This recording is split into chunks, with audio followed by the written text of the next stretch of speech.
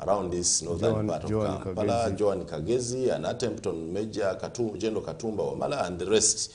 What is black or dark in northern Kampala? Kamugisha, welcome to Baba TV this morning. Thank you very much, my friend and senior Sir Simon. First and foremost, you have forgotten Sheikh Kasim Kamugisha, as you want us to say Sir Simon. Oh, Sheikh. Great apologies, Sheikh Kasim Kamugisha. You know, I gave it 7 years in Saudi Arabia studying Islamic theology. To become a sheikh? Yes. 7 years? Yes. It is that long, or you had other things you're doing? No. It's a seminary, so you are groomed to be that. So you were sheikh? Very grounded. And your greatest mosque is of the RDC. That's why you are doing your sheikh work? Everywhere on earth is a mosque. That's what the hadith says. Okay. But I'm also a member of all structures. So you are in Masjid RDC? I'm also in all the structures of leadership, of the Muslim leadership of the country. From the mosque level in Kabale up to national level. Member of executive, Uganda Muslim Supreme Council. Are you a member of after losing an election? A member of executive. But you lost an election. How again did you get to the executive? And you're honorable. But on a serious note, people call me honorable, they even give me tasks. Honorable, whenever they say honorable, they want you to give something. No, member of executive, Uganda Muslim Supreme Council, special nominee. So who does the special nomination? The constitution of the Uganda Muslim Supreme Council. Yes. Where I was one of the people who reviewed and wrote the constitution. So in reviewing, you put some slot for yourself? Not for myself, because it will be there when I'm gone. So it is for every capable Ugandan who can give a service to the Muslim leadership of this country. Okay. Moving forward, good morning, viewers. Happy to be here once again to discuss a few issues, most especially the one which has been hinted on by my senior. You see, when you have an area like Nakawa, which is a bit cosmopolitan, which houses everyone, beginning from the lowest man to the highest personalities in the land, because the Kabaka of Buganda has got a residence in Nakawa. In Nakawa, in Chambogo. Chambogo is also part of Nakawa. Yes. Then when you have such an area which is cosmopolitan, you expect to have shortfalls which are subconscious or conscious, because you have attracted, and the laws of the country have given liberty to everyone to stay and live wherever he chooses. So when you have got state attorneys, when you have got ministers, when you have got generals living in Nakawa, you also have the likes of us, but also have the likes of us who have come from Kabale, for that matter. Kabale and Kaliro, they are apart from the city. Then, and of course, without sieving on who stays where, then you expect lapses. Number two, the lapses have not been in Nakawa only, because we have had these incidents across the whole country. You remember our friend and senior Sheikh Doctor from Mayuge at Buyemba. Then you remember the incidents of Chirumira, yes, in Bulenga. Very well. The incident of Kiria in Bweyogerere. All those ones outside. There's another Sekimpi around Kampala. William Street. That was in 2012. I was still in Saudi Arabia studying. You see that it is not only in Nakawa where we have got these criminal acts taking place, but it's in the whole of Kampala. But even when you look at the whole world, you will see in USA someone wakes up in the morning, picks a gun, and shoots more than 20 people. We have to accept that urbanization has got its impacts. And the impacts have got to be positive and negative. And so whatever we are seeing happening, in my own view, could be one of the results of urbanization. Because with urbanization, you must have crime. You must have crime because you are attracting Is that intended to hide your own weaknesses and failure to police the area? You see, let's look at how you are policing the area. The issue of whether it happens in America or Britain, my brother, is a different story. You are not accountable to Americans or the British. You are accountable to Ugandans. We are talking about Nakawa. How are you policing the area? You see, Sir Simon, when you have this forum, you don't limit it to Nakawa. Because you are speaking to the whole country, you are speaking to the whole world. I understand you have got live streaming. You know that. So you can't isolate yourself from the world when you are discussing issues of national importance. You have to borrow leaves so that you can agree on some positions, then agree on some weaknesses, and move forward. Let's look at Nakawa. I've heard some people say that these are insecurity situations. I disagree with them totally. What are they? You see, when you have a Penal Code Act, Section 188 and 189, which says that murder is a criminal offense. So then, these scattered incidents of shootings and all of that, in my view and in the view of the legal minds and people who understand security, will say these are elements of criminality. No. Yes, of course. Okay, call it a spate of crime, an entitlement, which is an ingredient of insecurity. An entitlement to an opinion is very okay. You see, when you are in Kampala on a Friday at 3 a.m. and you see traffic jam here in Ntinda, 3 a.m., yes, when Ugandans are enjoying themselves, then you can't say Kampala is insecure. Because then you'll be forgetting that in Khartoum, right now, you can't step out of your home. So then what would we call Khartoum? And that's why I find my problem. Why do you refer me to Khartoum? When I am in Nakawa, yes, so the guy who shot Ichuli was not in Khartoum. Yes. The people in Sudan are not crying about it. They are not mourning Ichuli. It is us who are concerned. Look at the spate of crime, which is an ingredient of insecurity. Actually, our worry should be, what is the role of we, the people who are the primary layer of security in all this? When you hear the narrations, they are telling you that someone came, sat beside a perimeter wall for almost an hour, scrolling on a phone, and a foreigner in the area. But no one within the people who are staying in that area took initiative to say, who is that one seated there? Why has he been there for a while?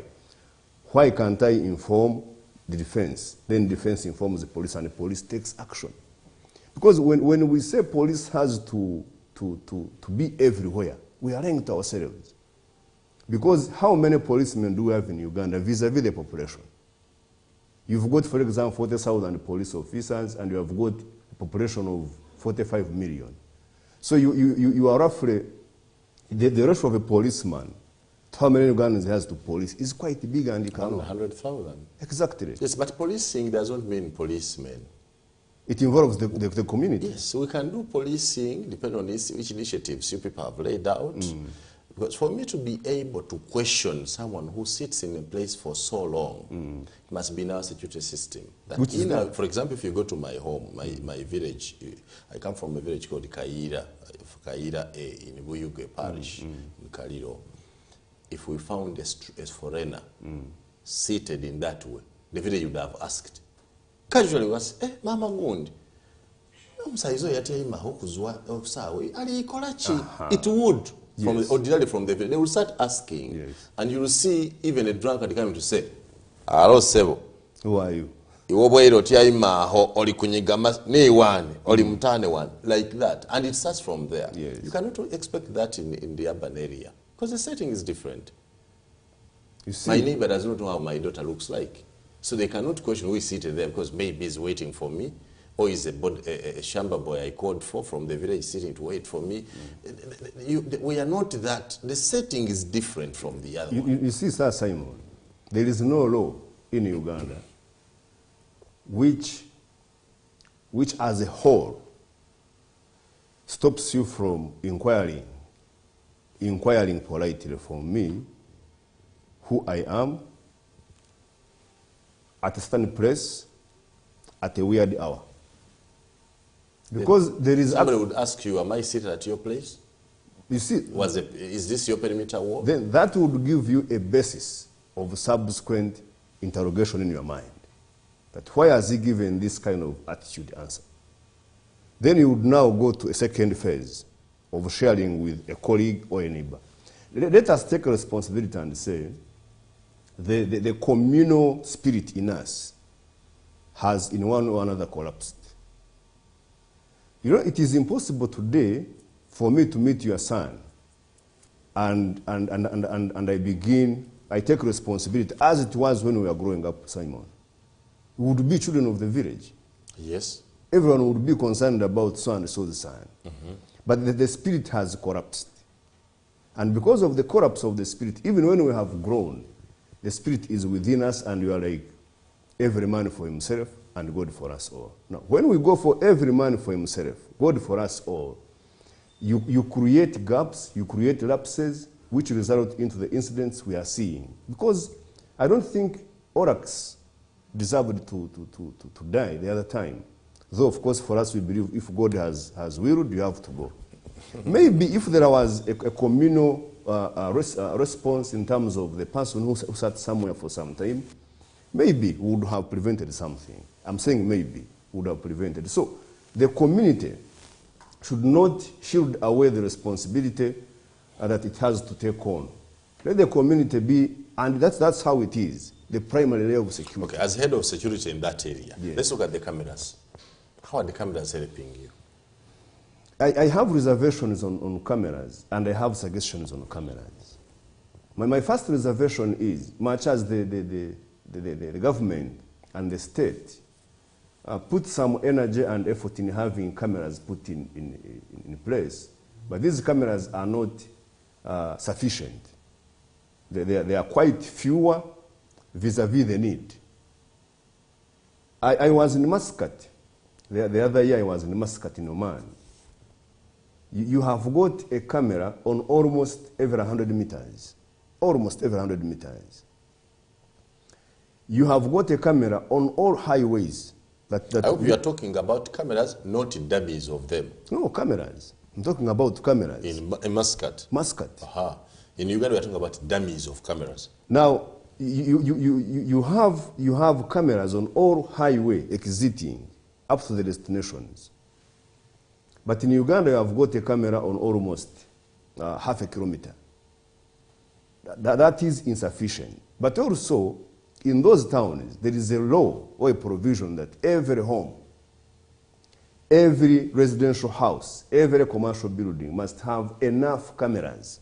In that when you submit a plan, a building plan, they have to question it to the extent of knowing the map. Where you intend to place the cameras? How many cameras, not where, but how many will you have on your building? Because these cameras are not necessarily for your own security, but they are for the security of even beyond you. They are complements to the national security. In Muscat, where does that data go? Does that private citizens' data, camera footage, feed into a national network or data system for them to be able to use it? Actually, in the Middle East countries, let's now be broader. In the Middle East countries, because I have experience of that, everything of yours is connected into the national data system. That even by passing a traffic light, a camera takes a picture, immediately you receive a fine on your phone. They don't quarrel with you.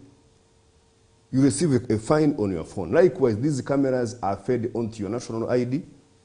It feeds in the national system.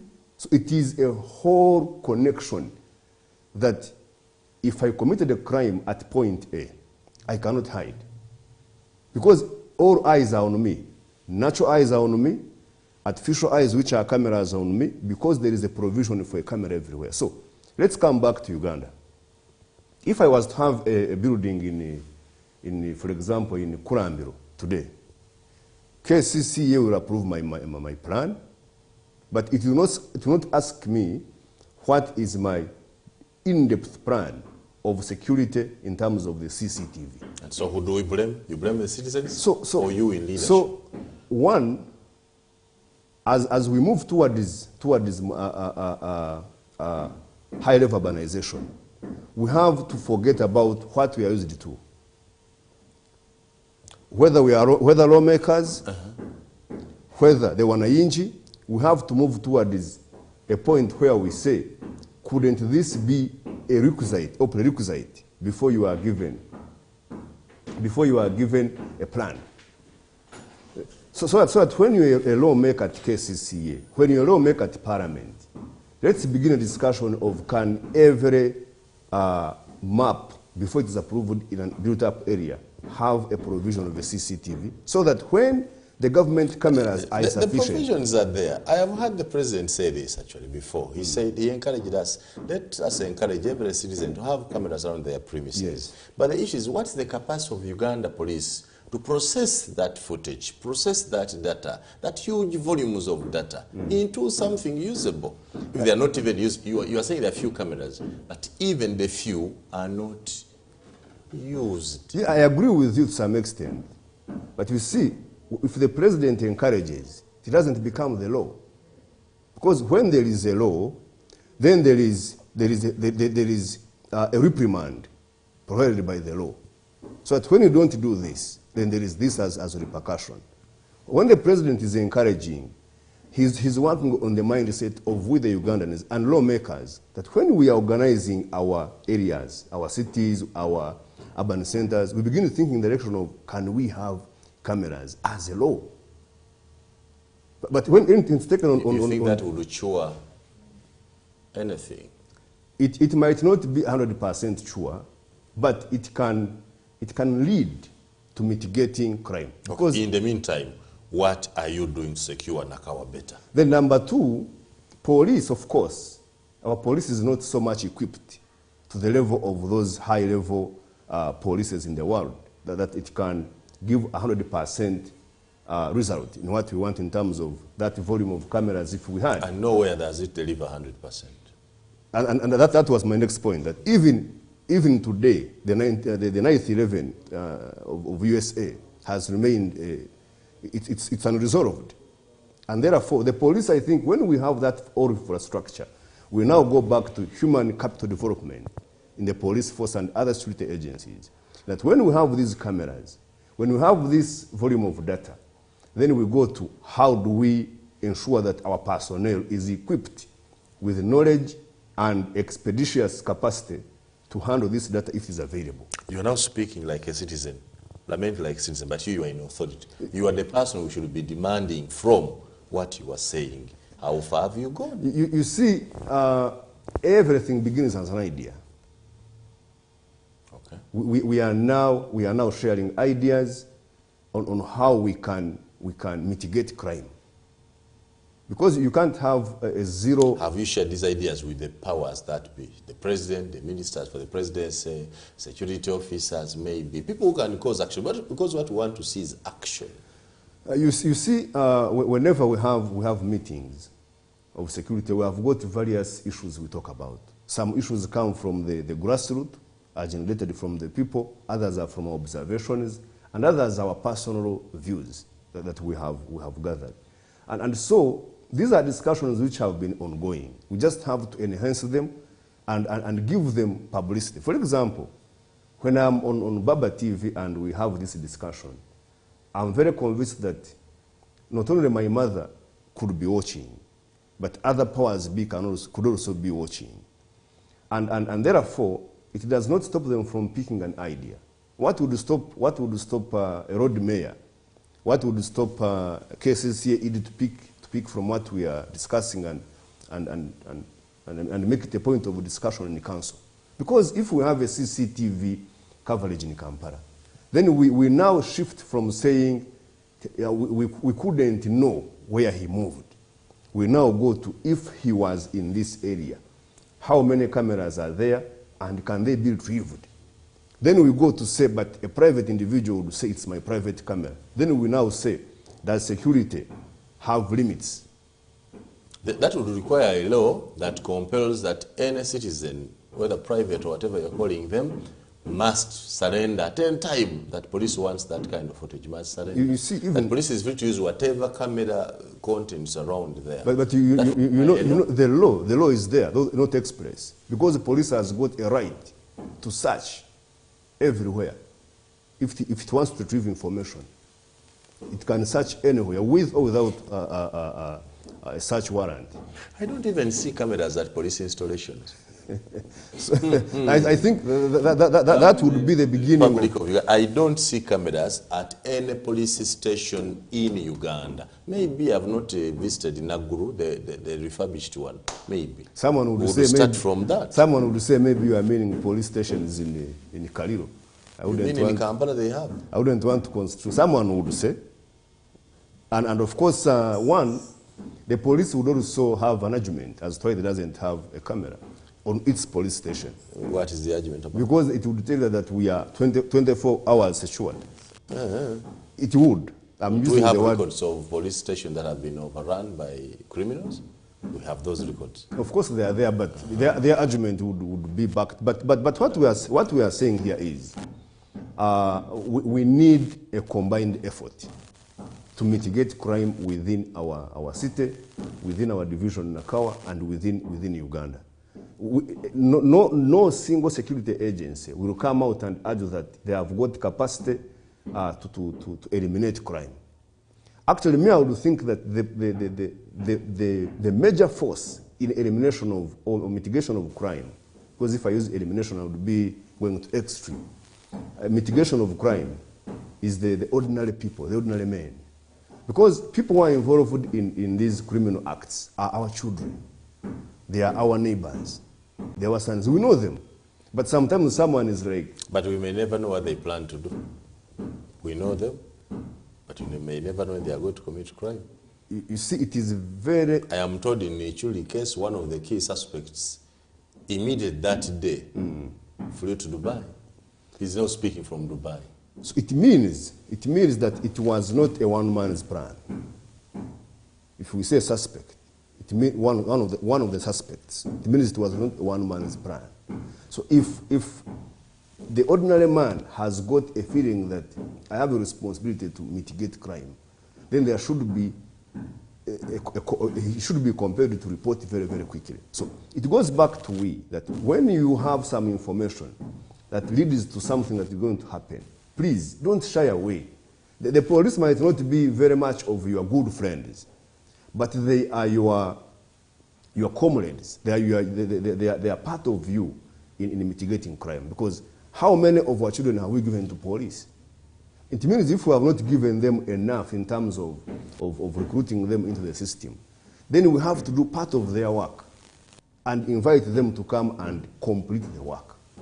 So it is, in my view, it is a combination of efforts. We can, as we wind up, we can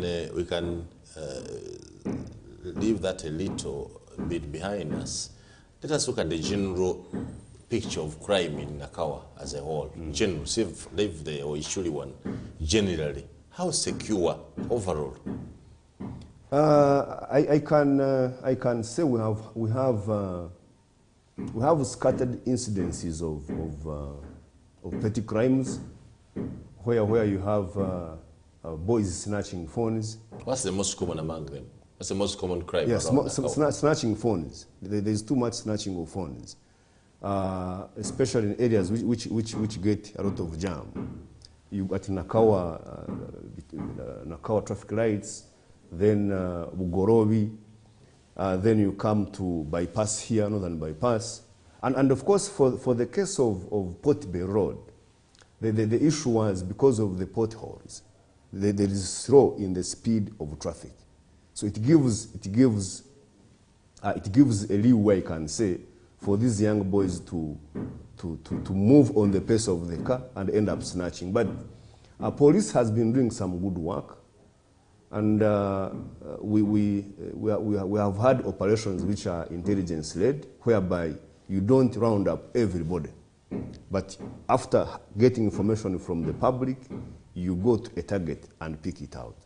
And I want to thank a part of the judicial and law order sector, especially the DPP's office. It has been very, very cooperative in Ruzira Magistrate Court, in Nakao Magistrate Court, and somehow City Hall, somehow. I have reservation. Let's have a short break. We'll return and complete that conversation.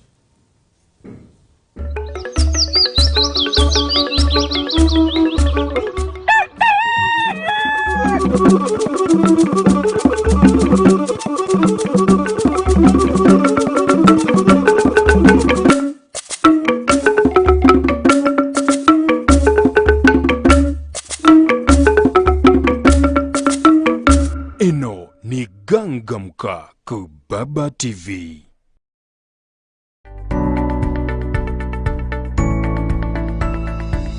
Eno ni Baba TV, obusoga bulaire.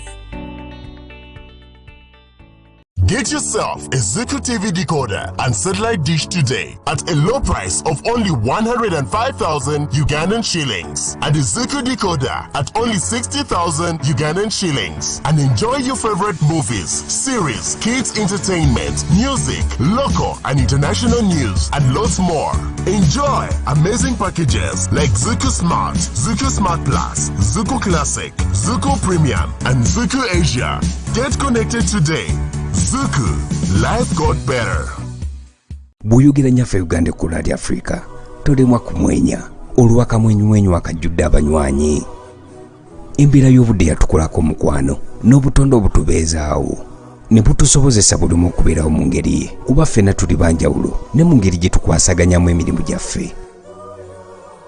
Naye ekitugatta ne tufuuka omuntu omu bwe bwomye buva mu kyokunywa ekya Hallelujah Jingated Drink na Hallelujah Tamarind Drink, eddekende erikumala ennyonta ate nga wejjanjaba omubiri gwo. Ekyokunywa kino kye kitegeera emibiri gyaffe kuba kya butonde 100 ku 100. Woomerwa ekyokunywa kirimu omubisi gw'enkooge. Hallelujah Tamarind Drink na Hallelujah Jingated Drink bikolebwa ba Hallelujah Reflexology Healthy Solution and Nutritional Research Center Limited. Weefunira ekyokunywa kya Hallelujah leero okuva ku maduuka wonna. Bakubire ku noti 393 24 15 6 Buli kumacha Zuku kanesanyu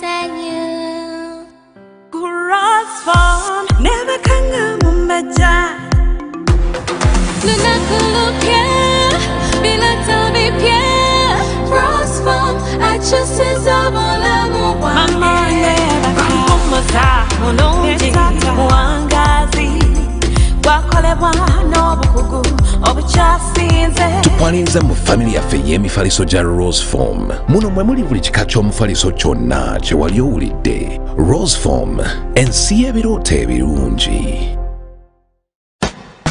Nga 19 Mei ku Kampala Serena Hotel, MTN Mobile Money etutuuseko Mr. Kisemakula mu lulago olutabanga lwe batuumye Mr. at 46 concert. Shillings emitwalo 10, VIP tebo ya milioni 3. Abe Masaka mu Mulinde ku Sunday nga 21 Mei ku Maria Flow, shillings emitwalo 2. Eno live music concert, the biggest Uganda live concert nga music, stage, Hamatala, first class. Ogenda kakasa feno ne gwe. Tugenda bendongo. Booking nga bukyali kwa noti 763 0 musanvu nya muve mubiri. Oi, nzijawa tikiti ya misachi. Muliwa mujene byana bi first class ebyana bi Babe, my rent is due. bi smoothie bi fast charge bitagala kulinda ebyako excuses abasajja. Mr. at 46 concert Kampala Serena Hotel 19 Mei. Biwagidwa Sema Properties, Capital FM, Papa Sport, Big Pharma, Hillwater, Buganda Land Board, Venom Records, Serena Hotel. Yeah. MTN.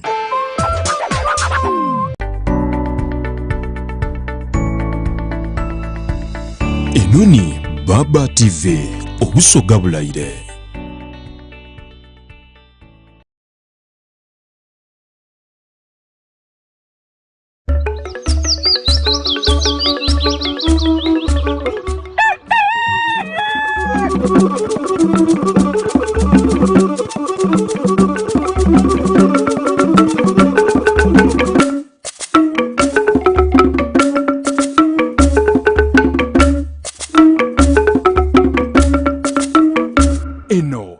Gangamka ku Baba TV.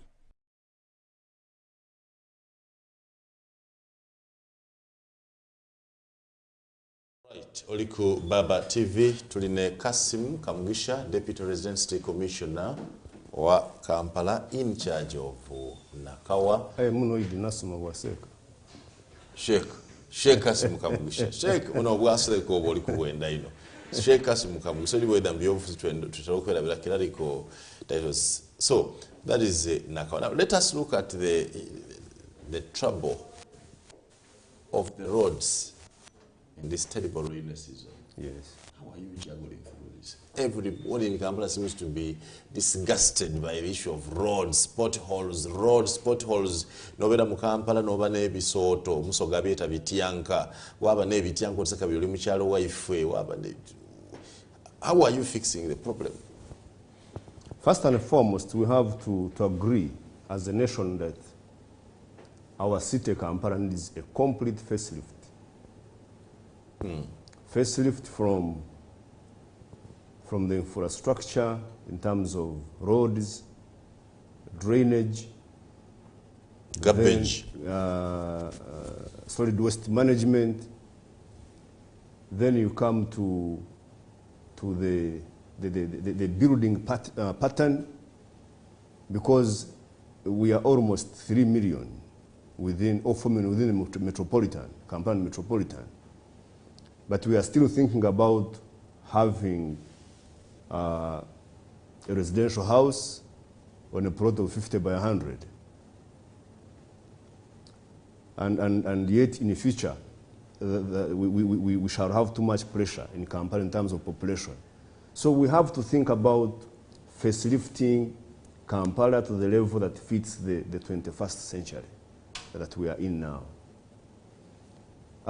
When we come to the specific issue of roads and the menace in Kampala, I think we have to agree that our roads, first of all, when I begin from the angle of the size, our roads are very narrow that in some hours you have to use an hour in a distance of 1.5 kilometers to reach your destination, simply because you do not have an alternative. The road is small, it's a single carriage, which was built by the colonialists in 1930, and up to date is what you're still using. So it delays traffic flow. Number two, moving from that, is that some roads have run out of their life. And so the potholes are common everywhere. And the challenge comes when we have to think about patching potholes every other time. Yes, it's done world over that potholes have to be patched, but it shouldn't be the practice of patching potholes. But also, the other biggest challenge we have, in my own observation and in the correct point of view, is the drainage system. The road, a tarmac road, and water are the worst enemies. Water is the enemy of tarmac, because where water stands or where water stagnates, it is later absorbed into the tarmac. When it's absorbed into the tarmac, it eats the bitumen. The bitumen is dissolved, and therefore, in the long run, you develop small cracks. Small cracks begin holding water, and finally it becomes a hole. So thinking about the whole road network, especially in the lower parts of Kampala, the first point should be about how to ensure that water flows when there is rain. Uganda, lying on the equator, means that we receive too much amounts of rainfall all year round. And so we should not in any way let water stagnate on our roads. That's number one. Number two, if we are to make roads in these areas, then the surface of the road has got to be almost like cement. I have seen these roads in some countries that when you pour water on the road, water flows and goes. Though it's also dangerous in terms of of accidents and all that. But we have to think about a complete overhaul of the road infrastructure and drainage in Kampala. In that you don't construct roads and after 1 or 2 years you begin patching because you didn't provide drainage for water to flow. So you have to be a complete package that when you work on the road, you leave it complete in all its sense. Exactly. And number 2, when you have begun the issue of working on the roads, then you have to be very, very careful on whom you give these contracts. You see, we have to agree that patriotism should be the driver of each one of us in giving services to our country. How do you gauge patriotism in a road construction company? Now it becomes another problem. Now you have to go back to how many government projects or how many infrastructure projects has this company been involved in. Not because Sir Simon has got a company and I'm the chairman of the contracts committee, and because Sir Simon is known to me, I give him a contract on the basis of I know him. It should be on the basis of competence. What projects has he done and how long have they survived? So that we are sure that when we give so and so a contract to construct a road from Nakawa to Port Bell, we are sure this person will give us the quality work we need. Because Uganda does not have enough resources of road construction every other year. So what we have, which could even be borrowed money, should have value. Therefore, we have to also look at one, the whole package, but also who is involved in delivering the package.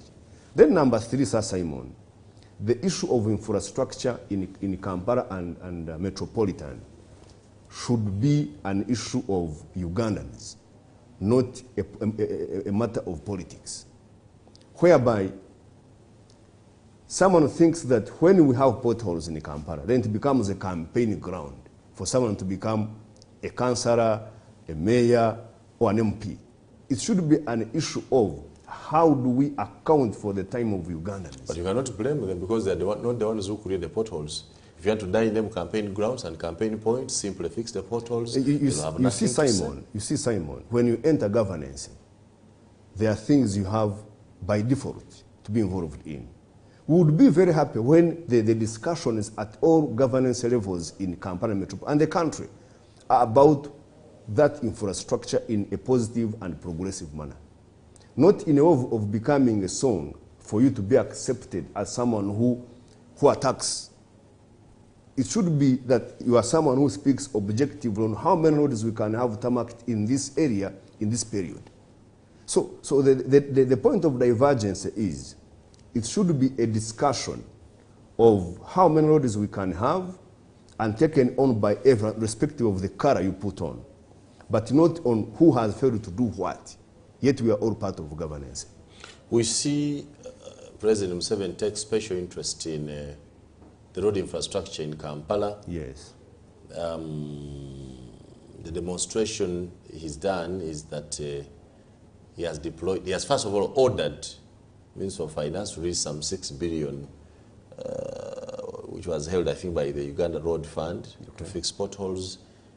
He supplements that by deploying his General Mohos Kainerugaba to come and do something in Kampala. And the impression created that he would like SFC or the UPDF to handle road infrastructure in Kampala. Do you see that solving any problem? I'd want us to be optimistic that the approach of the government towards Kampala will in the long run, not in the short run, in the long run, yield some positive results.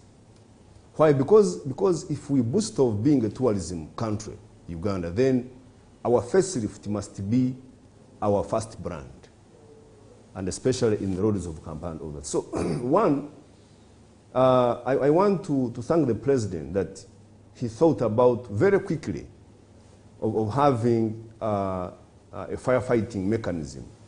Because 6 billion is not for construction of roads. No, it's for patching potholes. It's for patching. That was a very quick.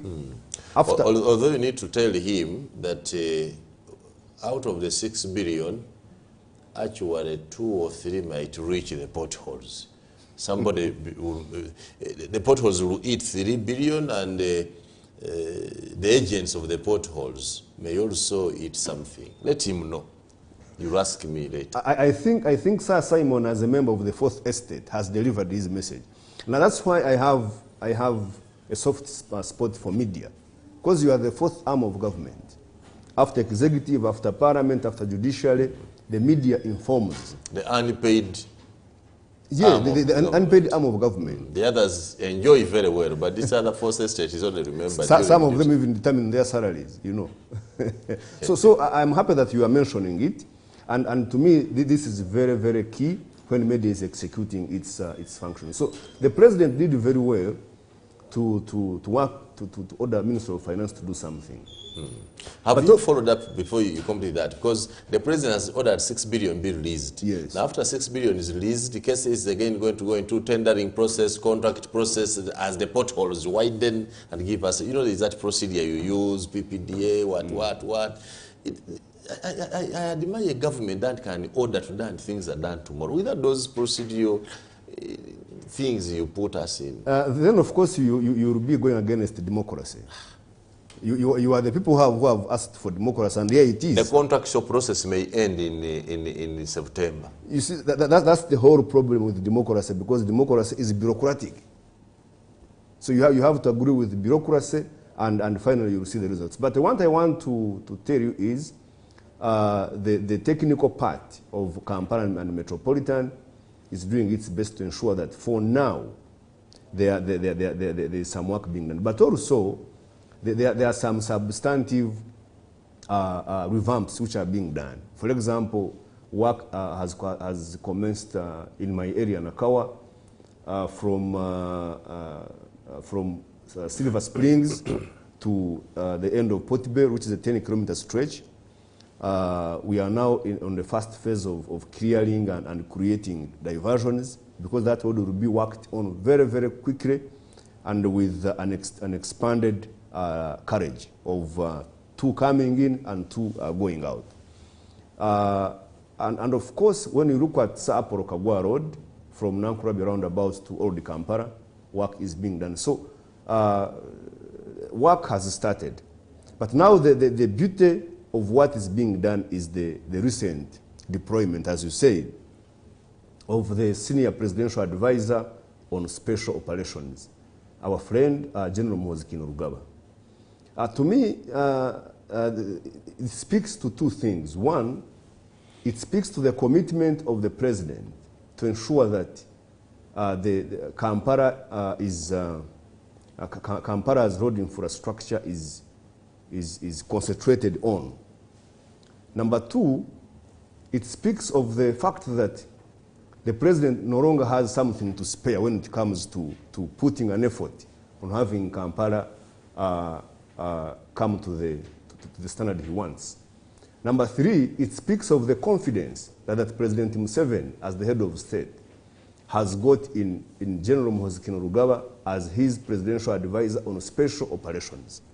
You're speaking it well, as his presidential advisor on special operations. Not as his son, no, but I'm very, very careful. I like your diction. Very, very careful. I like your diction. That he's telling us that his special advisor on special operations has delivered. And that is why he's deploying him in Kampala.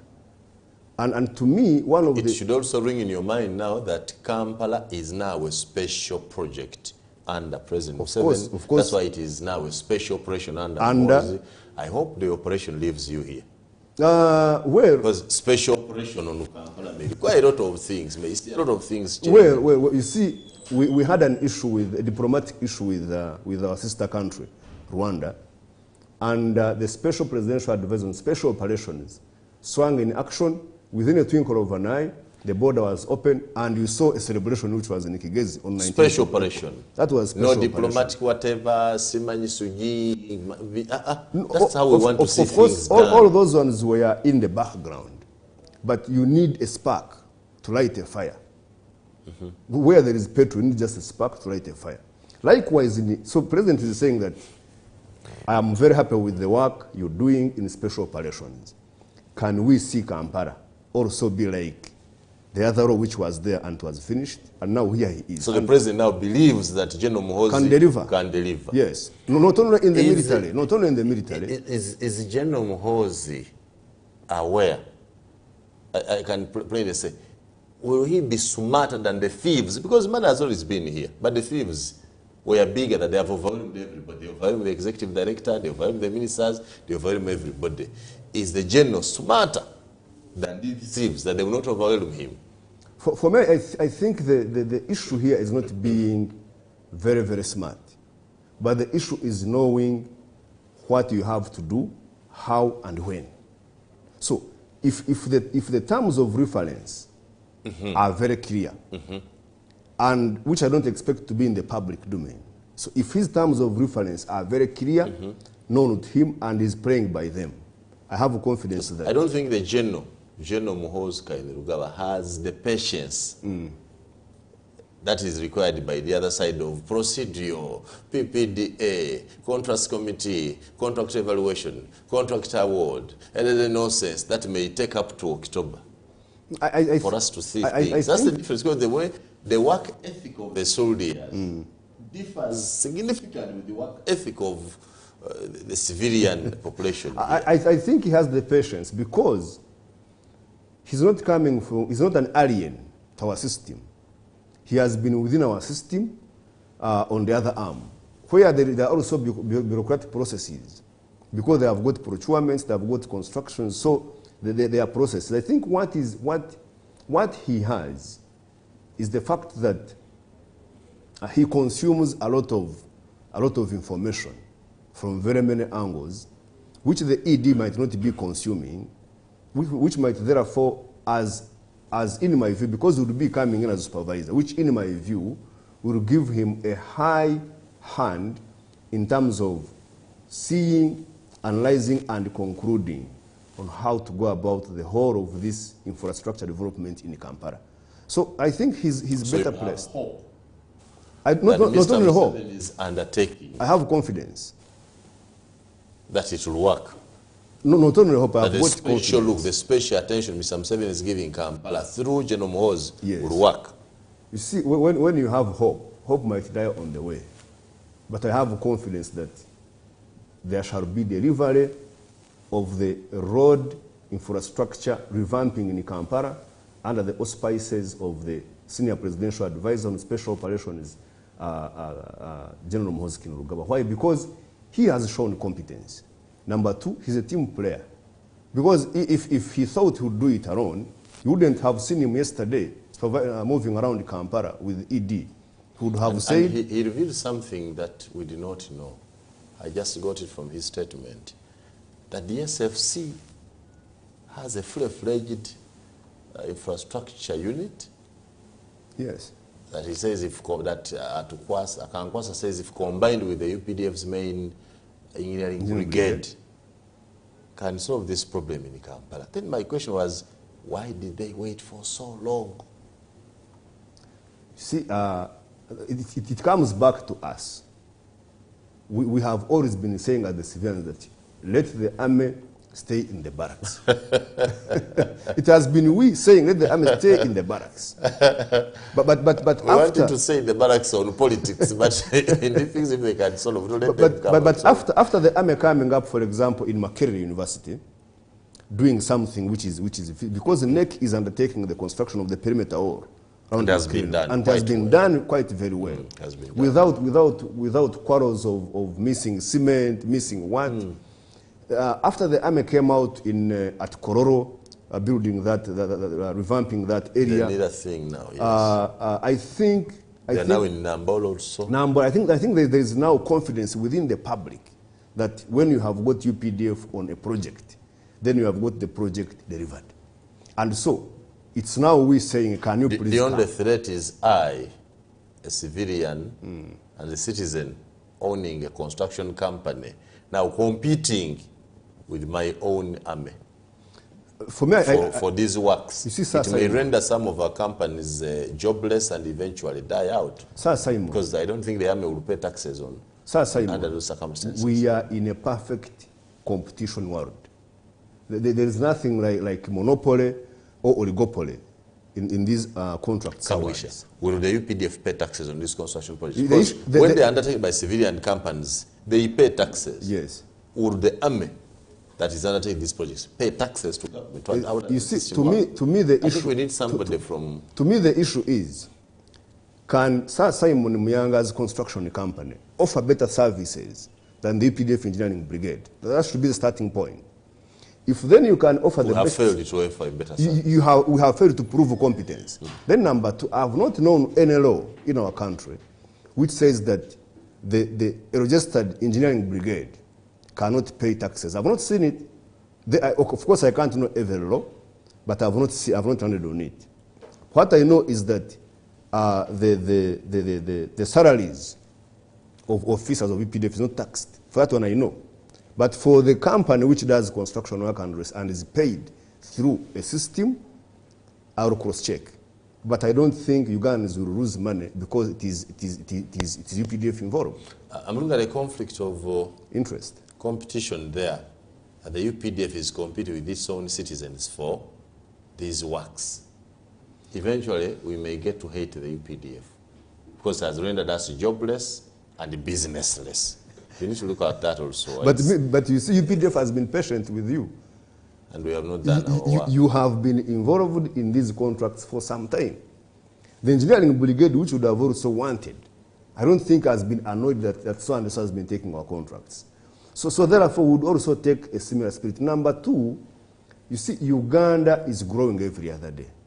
If you can't offer the best in Kampala and Metropolitan, as a construction company, offer the best in Masaka, offer the best in Mukono, because there are no limits. That when you have got a construction company, it only has to... we will blame no one because we are given jobs. Because UPDF is fed by you. Your children are the ones who are UPDF. The only thing I'm sure of that corruption in this, you know, these road construction projects have been cash cows for every corrupt person in the country. Yes. From MPs to PSs to everybody.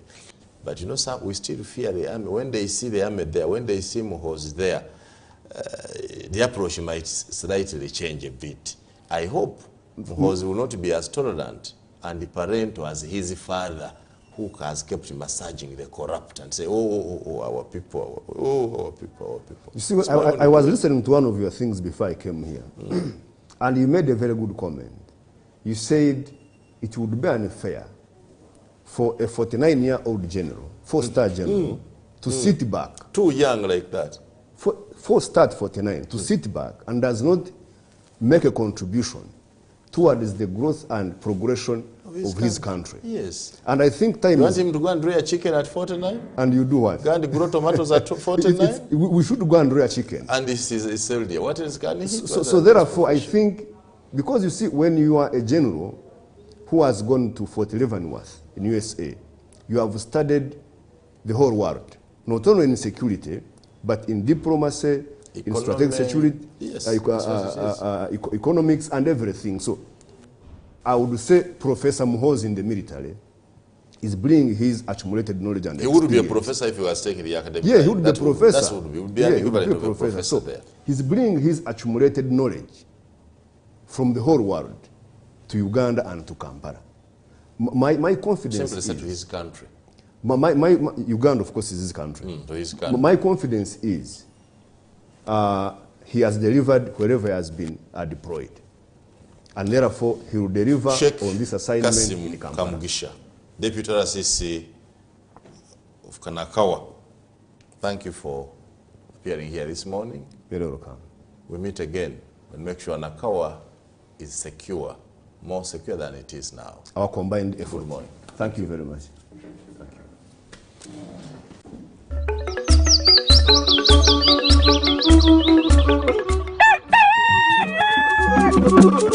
Thank you.